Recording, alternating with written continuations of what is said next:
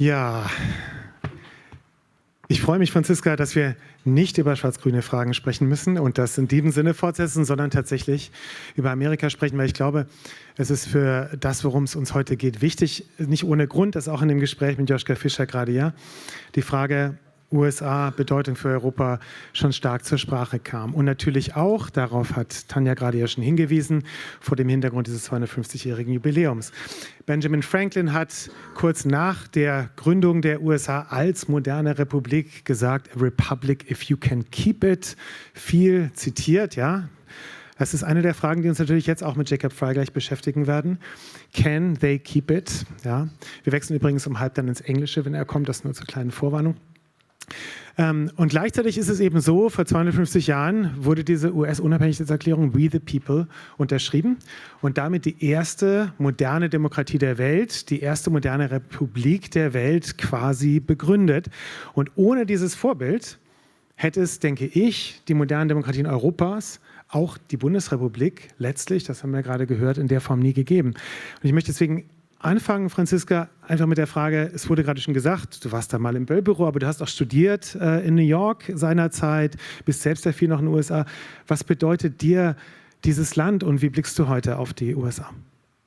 Ja, herzlichen Dank. Ich habe gerade nochmal nachgerechnet, das in Washington, es war schon vor fast 27 Jahren. Man wird nicht jünger, ne? Aber es war eine gute Zeit. Ich war 9/11 in New York und war am 4. September angekommen. Und das hat sehr stark mein Verhältnis zu den USA geprägt. Also dieses Gefühl, man ist unter Attacke, es geht um die Freiheit, es geht um etwas Größeres, was die Taliban dort angegriffen haben. Und habe deswegen auch immer ein starkes emotionales Verhältnis, nicht nur zu Menschen in den USA, sondern auch zu dem, wofür die Amerikaner stehen. Und deswegen habe ich schon auch ein sehr hohes Vertrauen in die Resilienz der amerikanischen Bürgerinnen und Bürger. Ich glaube, ein höheres Vertrauen als viele andere in Deutschland, die schon sagen, ach, ist irgendwie abgeschrieben und alles, was danach kommt, ist noch schlimmer. Ich sehe eines, was dagegen spricht. Ich sehe, dass in den USA die Prekarität extrem zugenommen hat, in weiten Teilen der Bevölkerung. Die Frage der Bildung sehr herausfordernd ist, um es freundlich auszudrücken, in vielen Gebieten. Und dass auch dort, wo Demokraten regieren, ein Gefühl von Ordnung fehlt. Also gerade auch in Kalifornien die Frage der Homeless, der Frage nach Wohnungen, aber eben auch ganz klassisch Sicherheit, Ordnung, Sauberheit, stark denen überlassen wird, die eben gegen die Republik reden. Was mir mehr Hoffnung gibt als zum Beispiel in Deutschland, ist, dass die Zivilgesellschaft wesentlich unabhängiger vom Staat ist als bei uns, also finanziell. Das macht mir in Deutschland immer Sorge, wenn ich sehe, dass wie viele der zivilgesellschaftlichen Organisationen de facto staatlich finanziert sind. Das ist in den USA nicht so stark. Ja, die haben private Geldgeber, die haben Community Funding, also die ist, glaube ich, in dem Sinne resilienter als bei uns. Und das ist der Ort, der mir sehr viel Hoffnung macht, dass daraus auch wieder was Gutes und was Neues entstehen kann in den USA. Und wo ich immer denke, wir müssen jetzt rechtzeitig dafür sorgen, dass in Deutschland unsere Zivilgesellschaft unabhängiger wird, weil sie im Zweifel auch der Ort sein muss, wo wieder was Neues entstehen kann. Vielen Dank. Du hast erst auch auf die problematischen Entwicklungen, die du in den USA betrachtest, hingewiesen. Und da musste ich doch wieder an die More in Common Folien sehen, die wir am Anfang gesehen haben. Weil manches, was dort für Deutschland diagnostiziert wird, da hast du jetzt gerade auch für die USA gesagt. Ja? Die Frage von zunehmendem Gefühl von Kontrollverlust, von Ordnung, auch dieses ganz starke Ungerechtigkeitsgefühl. Und du hast jetzt hier über Prekariat, aber auch Bildungsfragen gesprochen. Es gibt ja bei allen Trends und Entwicklungen immer so kommunizierende Röhren historisch zwischen den USA und Europa, mit Trends, die auch hin und her gehen, nicht selten, dass Dinge, die dort passieren, bei uns ankommen. Wenn du jetzt an deine Rolle auch als Parteivorsitzender der Grünen denkst, bei welchen dieser Trends hast du am meisten Sorgen und siehst du die wichtigste politische Aufgabe jetzt gerade, dem entgegenzuwirken, damit das hier nicht in derselben Weise in das Rutschen kommt, wie es in den USA schon vor längerer Zeit passiert ist? Ich bin fest davon überzeugt, dass wir das Freiheitsversprechen wieder mit neuem Leben füllen müssen und dass es in den USA zu leer geworden ist und nicht mehr glaubwürdig war. Und zu viele den Eindruck hatten, das Pursuit of Happiness und if you just want it, you can really make it, dass es nicht mehr zutreffend ist. Und dass das einer der fundamentalen Gründe ist, warum in den USA man dann auch anderen hinterherläuft, die einem Freiheit verkaufen als Freiheit vom Staat, von den anderen. Und deswegen denke ich, dass wir rechtzeitiger dieses Versprechen wieder mit Leben füllen müssen und erneuern müssen. Und dann vielleicht eine Chance haben, gar nicht in diese Situation zu kommen. Aber ich glaube, wir haben diese Aufgabe.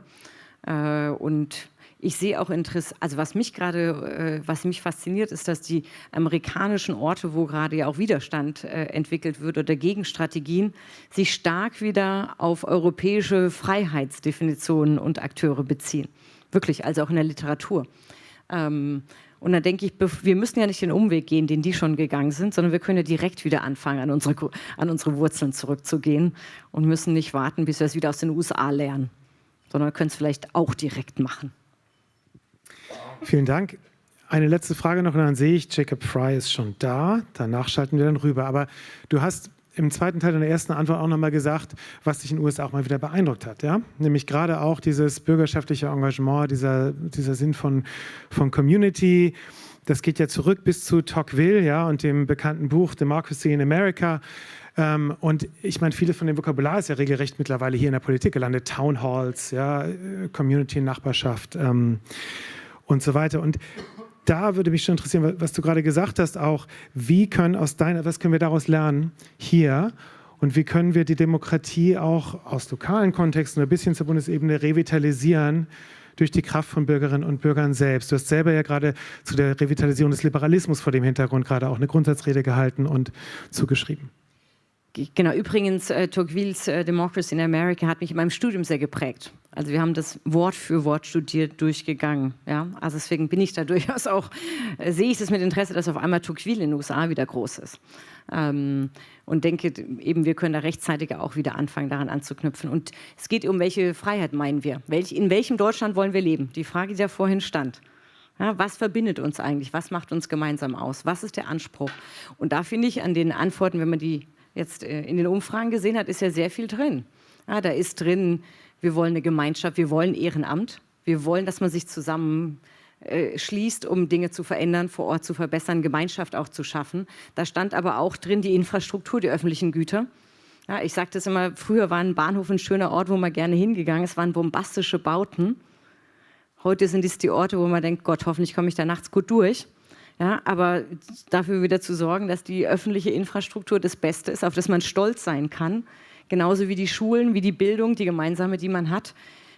Ich finde, es geht auch um die Frage der wirtschaftlichen Spitze, also vorne sein, aber eine Wirtschaft, die uns Freiheit bringt.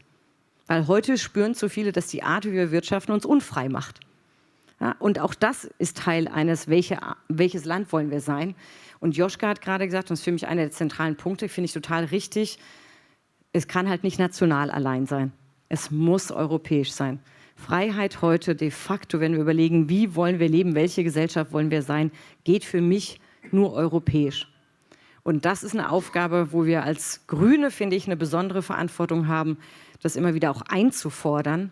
Ja, deswegen die neue Republik, die muss schon europäisch sein. Am liebsten auch viel darüber nachdenken, wie sieht eine europäische Republik aus.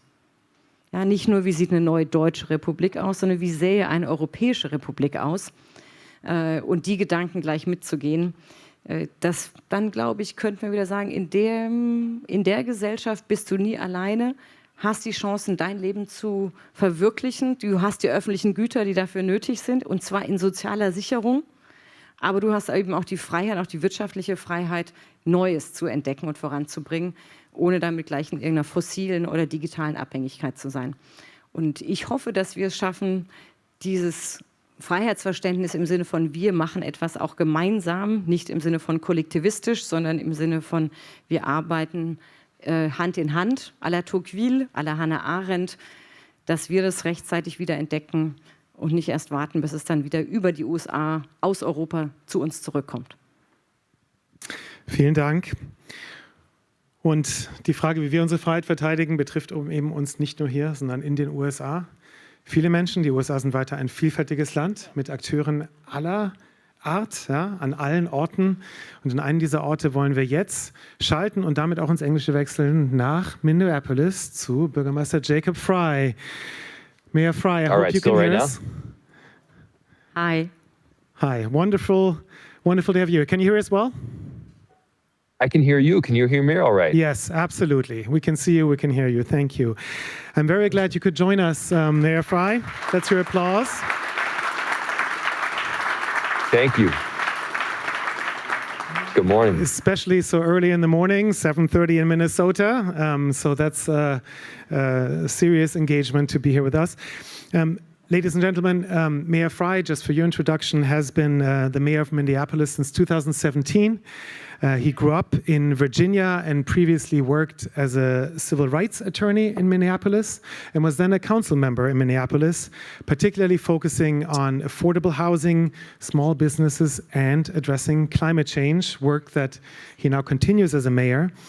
And in the past year, Minneapolis has become an international symbol, I would say, for pro-democratic protests in the United States, but also more generally for citizens self-organizing to get involved.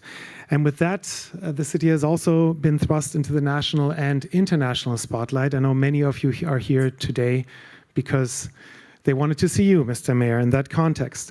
And against this backdrop, I'd like to ask you if you could talk to us about your perspective on the state of the US Republic, 250 years after the Declaration of Independence, after its founding, and how you look at the role of citizens and local communities and that they have in shaping its future. Thank you very much.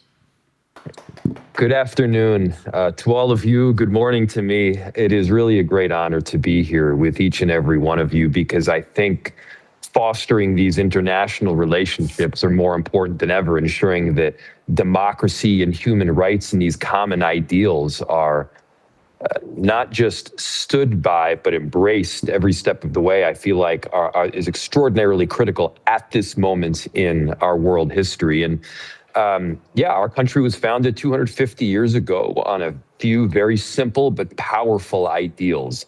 And it's that people should have a voice in their government. That human rights are not rights for one single individual, but for everybody.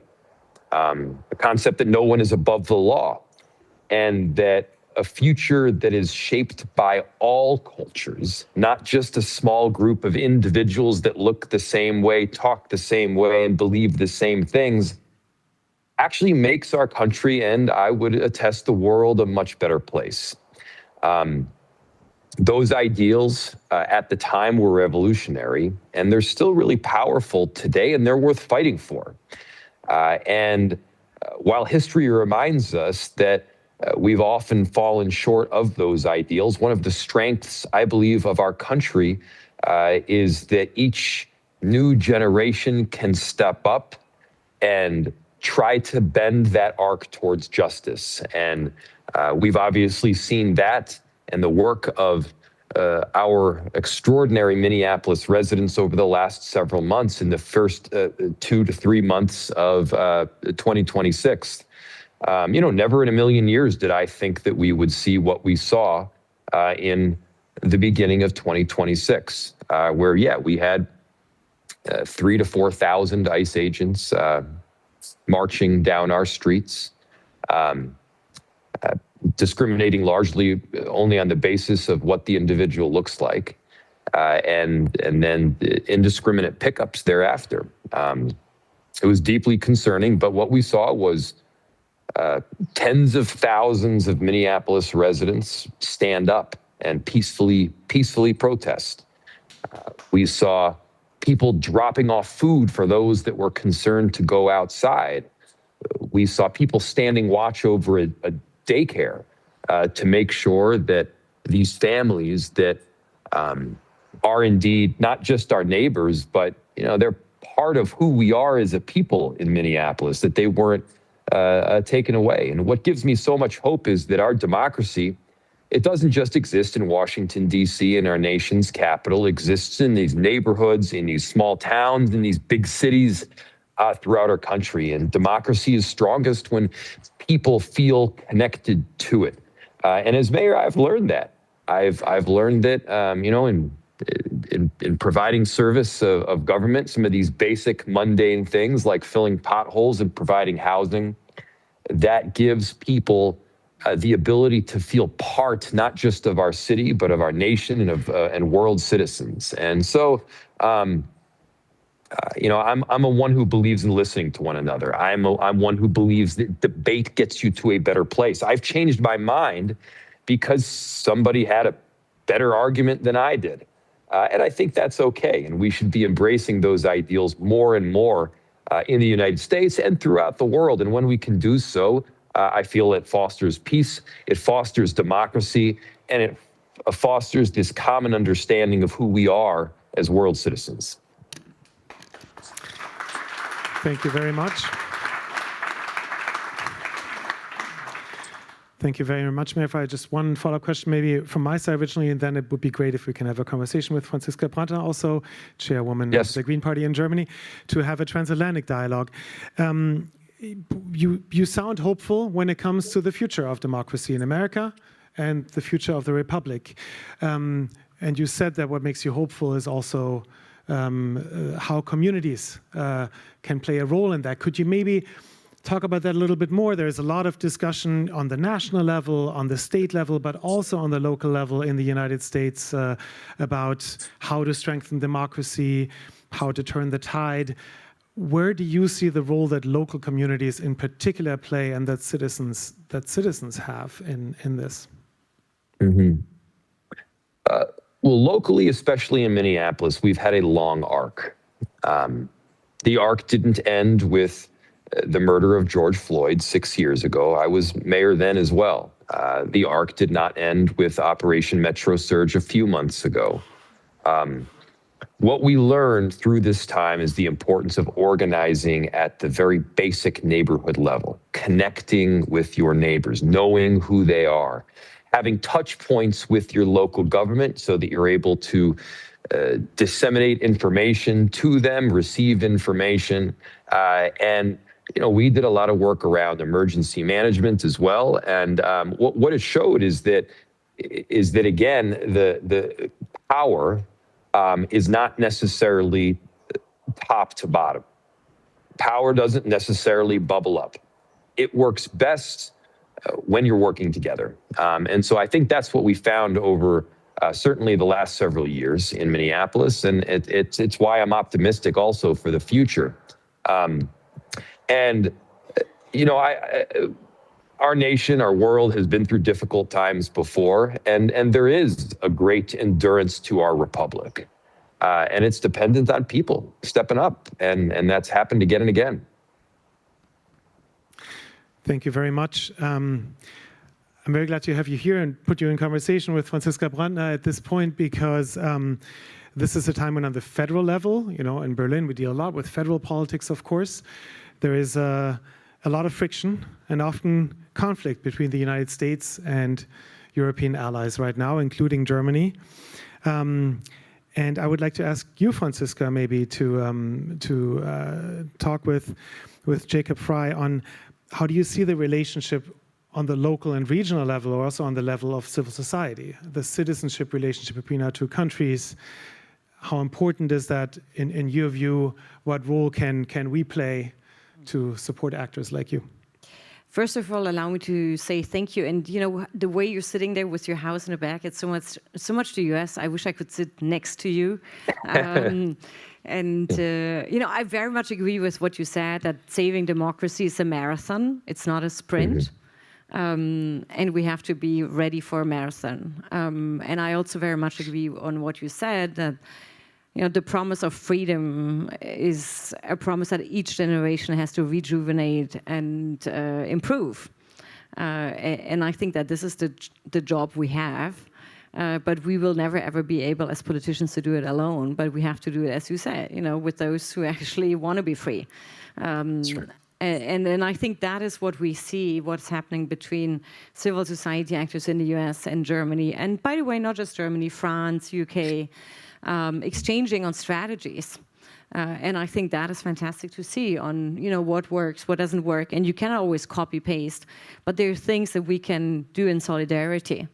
And I think that is the good part about it. I see that there are fewer people going to the US because many of us are afraid you don't get in, because of the visa regime. So the numbers are going down. Those who have to go for work, they still go. But those who go for interest, for tourism, etc., it's going down. So I keep on telling people, no, keep on going. And to our American friends, keep on coming. And I'm sure we will be able to make it, because those who fight freedom and democracy, they work so closely together across the Atlantic. So I always say our level of cooperation, of strategizing, of fundraising, has to be at the level of Peter Thiel and his closest allies. And I think there is still room to improve for the progressive side on this.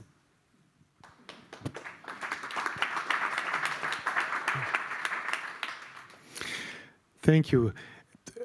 When you now come to a democracy conference in Berlin here or look at Europe, do you feeling international solidarity or connection or even strategizing, as Franziska said, could be of relevant to re-engage, to revitalize democracy? You know, in US, you know, in the Times, the Atlantic, or other publications in the US, there was a lot of talk about Hungary, for example, right? And the recent election that happened there when Viktor Orban was ousted, and what actors also in the United States could learn from that. So I just want to pose it to you as well. Is this something that you find relevant and important, that we continue this international dialogue? Yeah, I do. Obviously, we're in an increasingly globalized world, but we're also in an increasingly decentralized one. And what that means is that it's not just the heads of state that have communication. Cities can have communication between themselves. The reason that the sister city relationships were started back, I believe, during the Eisenhower administration is so that when nations were in conflict, even when the heads of state were at war, you could still foster these good relationships and ties between the people of two great cities. And I'm a believer that, you know, especially during times of difficulty or conflict, we should find all the more opportunity to engage with nations, with countries where there's disagreement. And so I strongly encourage you to come to the United States. Specifically, you should come to Minneapolis. We will roll out the red carpet for you. We have this beautiful city in a park here. I'm not from Minneapolis. I grew up actually just outside of Washington, D.C., believe it or not. And I fell in love with this city that, again, lakes, rivers, it's one of the most beautiful places that I've ever seen in my entire life. And we will show you what we're all about. We will show you what neighboring is all about. And so please come.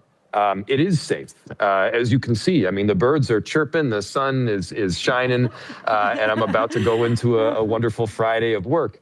But the final thing that I'll say is, you know, I have found that it is easy to tell an opponent that they're wrong. It's harder to tell your own friends what they don't want to hear. It was not a hard or politically difficult thing for me to do, at least in Minneapolis, to stand up for our community members and our neighbors, and to oppose some of the violations that I saw taking place. It's harder at times to say, hang on a second, guys, we're going too far, we're doing the wrong thing, whatever it may be about. And so what I often tell people is that you have to have the courage to tell your own side what they don't want to hear as well. Because if we don't, what you have is extremism on one end or the other taking over. What you have is this gravitational pull to perspectives that, yeah, can go too far, no matter what, no matter which side. And so I often tell people that, you know, political courage seems to be lacking right now, but every one of us, every day, can show that we have it and we can do the right thing. And we can stand up for common decency. We can stand up for free debate. Anytime you see open debate and dialogue getting shouted down, well, you need to stand up. Even if you disagree with the content of that debate, you should stand up for the freedom to be able to have an argument. That arguing in civil form, I believe, protects all of us.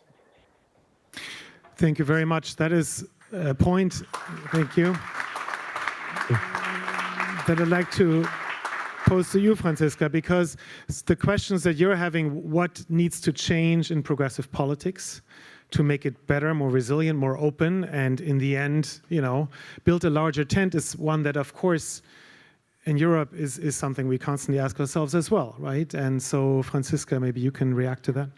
Jacob, I feel you when you say it's harder to say what your own folks are maybe not doing the right way.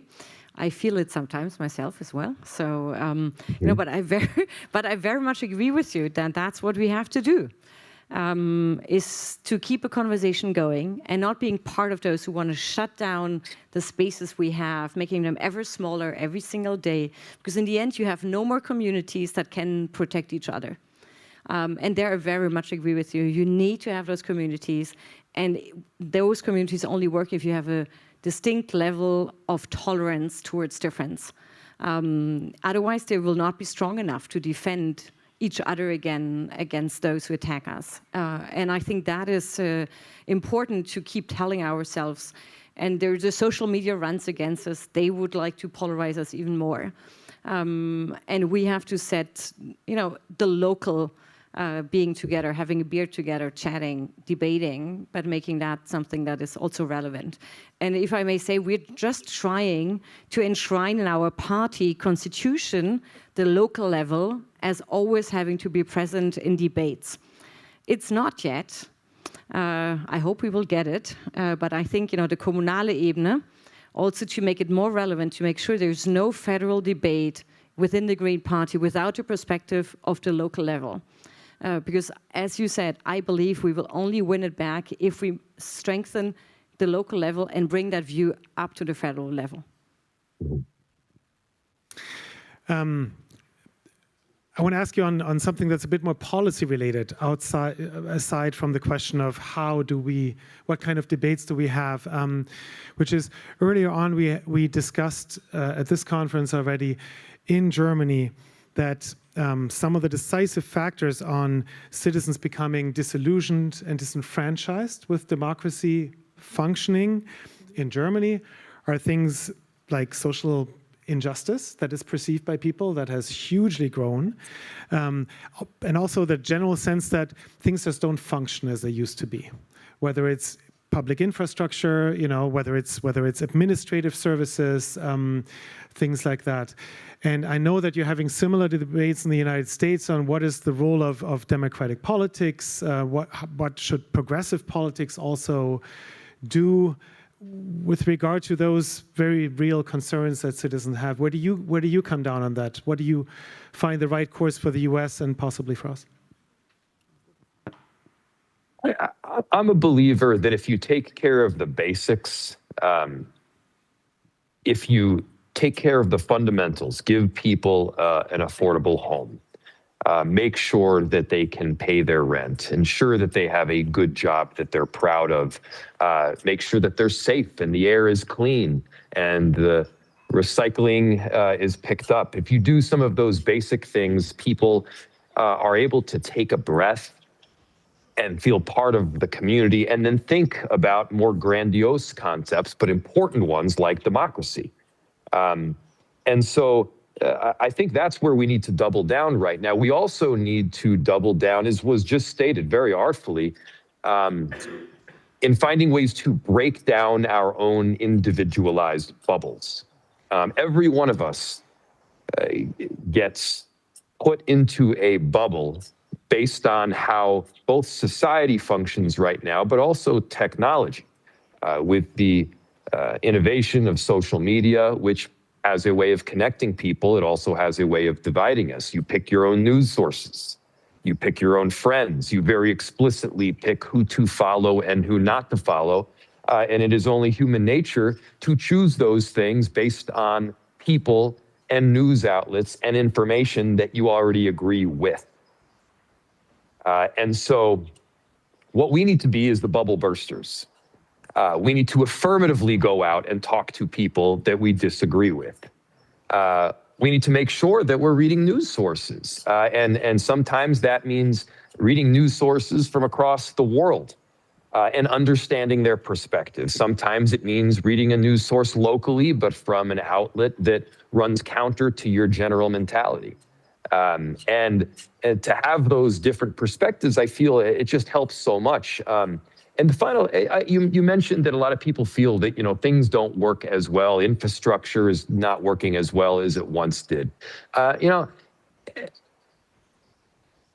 I think that there's always the tendency to say that right now things are the worst that they've ever been. Right now it's, but then if you go back and you actually think about the place that we were 20 and 30 and 60 years ago, I think overall improvements have been made. Are there dips in our ability to work together? Yes. Are there concerns about rising levels of extremism, nationalistic tendencies that include racism? Yes. And at the same time, it's not as if some of those tendencies didn't exist 100 years ago. They certainly did. And so what we've got to do is, again, the people talk about, the arc of history bends toward justice, and each and every one of us, we can be the benders.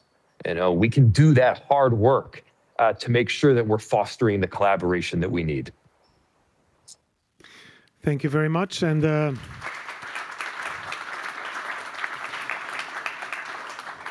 arc of history quote that you mentioned is, of course, a Martin Luther King Jr. quote that's very important in the sense that he was not only talking about politics can fix it alone, but how to build community, right? And that everyone plays a part in the arc of history bending towards justice through their own communities. So thank you very much. Franziska, what do you think about the deliverism question, right? And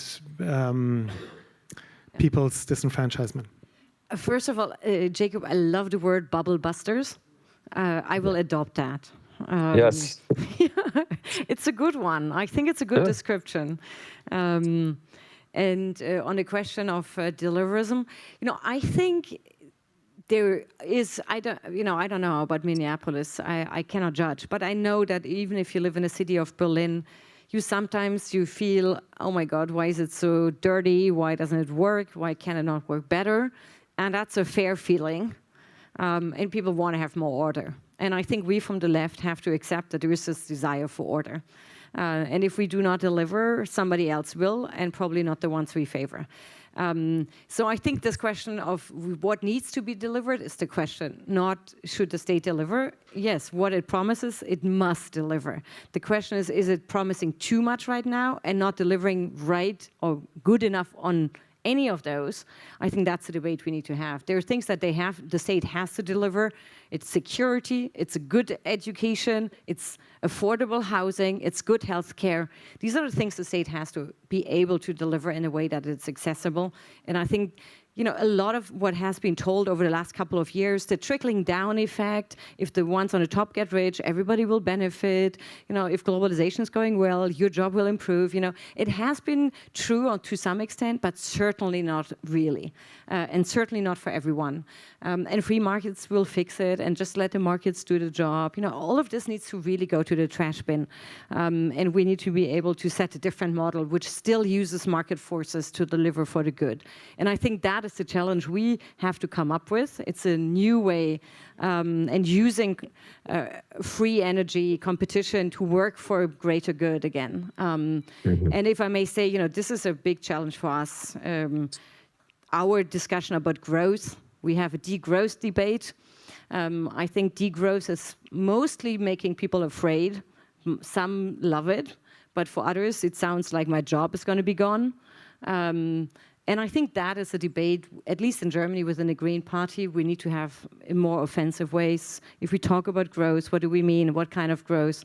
But take it as a positive word again, and not just talk about what we need to have not or less when it comes to the future, and be more realistic about making good opportunities really work and have those opportunities grow and talk about it more offensively. Thank you. I would just finally like to pose to you one question that we're also grasping with in Germany. This conference, we call it the New Republic, right? We're trying to envision what our republic, and by the way, not just as a nation, but of course embedded in Europe, could be, and how it could be strengthened. One question that we're grasping with a lot is the role that local communities have, not just as drivers of innovation or whatever, but how systematically in Germany it has increasingly been the federal level that has been making decisions that impact local communities, and local communities have had less of a say, less of tax revenue and things like that. And so one question is really, how can we strengthen local communities, and why is that an important element of strengthening democracy and the republic? Is that something that you can relate to? Are you having any discussions in the Democratic Party, for example, on the relationship between the state, local, and federal level, and whether it's could be important to strengthen that role of local communities? Absolutely. I mean, this is the ongoing federalist, anti-federalist debate that we have in the United States, and probably is a debate that takes place throughout the world. It's what power should be reserved for local communities, and how does that interaction take place? And this is not necessarily anymore a Democratic or Republican ideal. It used to be more partisan. You know, one party thought that the federal government should control the majority, the vast majority. The other party thought that powers should be reserved to states and municipalities. And so, you know, I have come to the conclusion that there's no one single right answer for that. Generally speaking, I am a believer that great innovation can take place in cities. I'm biased. I'm the mayor of a city. I believe that cities can be a great laboratory of democracy, but I also know that it doesn't make a whole lot of sense for cities in and of themselves to administer, for instance, universal health care. Universal health care should be done much more broadly. And so these are debates that we have quite frequently. But what I have found is that you have the most success when people feel connected to their government, when they feel connected to their municipal government, their state, and yes, federal governments as well. And what we have special that I feel that we can export from Minneapolis is, one, this concept of neighboring. Neighboring is a verb, which is where you stand up for one another. You don't look at someone as an immigrant or as a foreigner, but as a family member. You know, I think one of the most important things that happened during Operation Metro Surge is that, you know, the people that we're talking about, we don't really see as immigrants. You know, they're my security detail. They're our family's babysitter. They're my banker, my real estate agent. They're just kind of part of the family. And when you look at people as part of your family, you're more likely to find kind of a common thread with them. And so something else that we have in Minneapolis that I feel is really important is a lot of organizing, organic organizing at the local level. We have neighborhood associations that are set up, these neighborhood councils that get a small but important amount of money that they can then improve their local area with. And having that kind of ability makes you feel connected to your neighbor, it makes you feel connected to your government, and it fosters the kind of trust that we need more than ever right now. Thank you very much.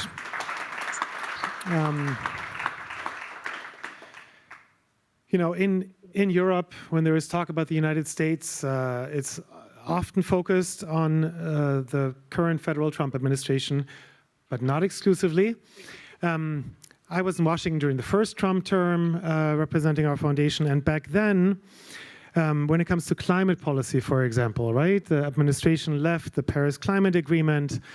But what happened was at the climate conferences, there was whole new groups of US mayors taking part to say, we are still in. That was kind of a slogan at the time. There was groups of governors coming. And similarly, in Germany every year, in the winter, we have what's called the Munich Security Conference. And there was an extraordinary amount of senators and congressmen and women from both sides of the aisle joining Munich in a way to also say, we are still in, maybe in a different way, right? I think, for us in Europe, it is very important to see and listen to people like you to represent the whole diversity of the United States of America as a historically incredibly important partner to us. I would like you to also feel from this room, and much more than that there is a lot of solidarity with Minneapolis as a city. I think as soon as visa rules change, and become a little bit more reliable, you're going to have a huge influx of visitors to Minneapolis. Of that new neighbors. We would love to have you. You are our neighbors. I hope you don't stretch your Midwestern hospitality. And Jacob Frey, I want to say I take two terms away from this that will be important for the rest of our day today: bubble bursters and neighboring. And they're not just two terms, they're really two concepts that very much relate to what we want to discuss today. So thank you very much, Mr. Mayor. Thank you. I'm so honored to be with you all. We love you. Thank you so much. Thank you.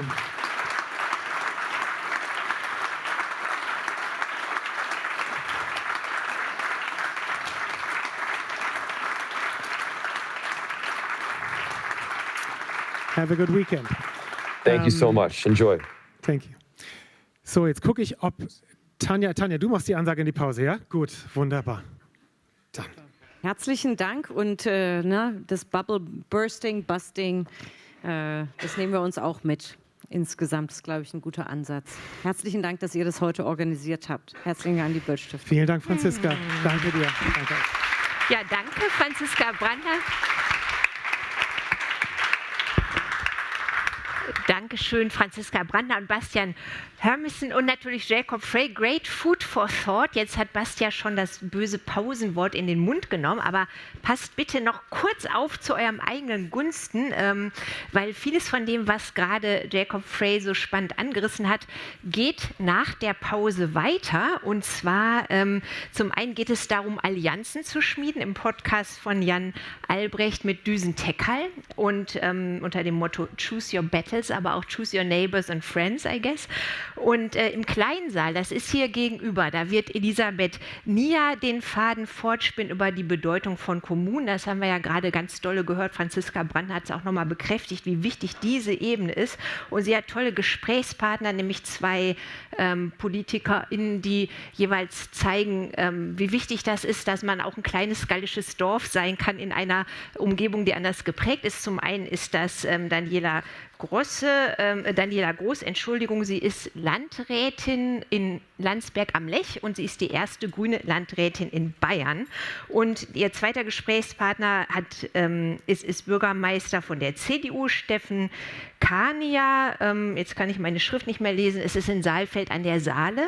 Und das ist insofern spannend, als da am Sonntag eine Landratswahl ist, wo dann auch die AfD zur Wahl steht. Und wir schauen können, Tina Hillebrand hat ja gerade schon im Gespräch mit Joschka Fischer darauf hingewiesen, nicht immer gewinnen die anderen. Ja, also das alles nach der Pause. Hier im Saal geht es dann weiter mit Ricarda Lang, mit der WZB-Präsidentin Nicola Fuchs-Schöndeln und dem Politikphilosophen Rainer Forst. Da reden wir über soziale Themen, über Gerechtigkeit, über Teilhabe. Es wird alles sehr schön, ihr könnt nichts falsch machen. Viel Spaß und jetzt erstmal nach Great Food for Thought, Hydration Break. Und ja, also Getränke findet ihr überall, aber unten gibt es auch lecker Essen und wir sehen uns kurz nach 3:30, würde ich sagen. Bis dann.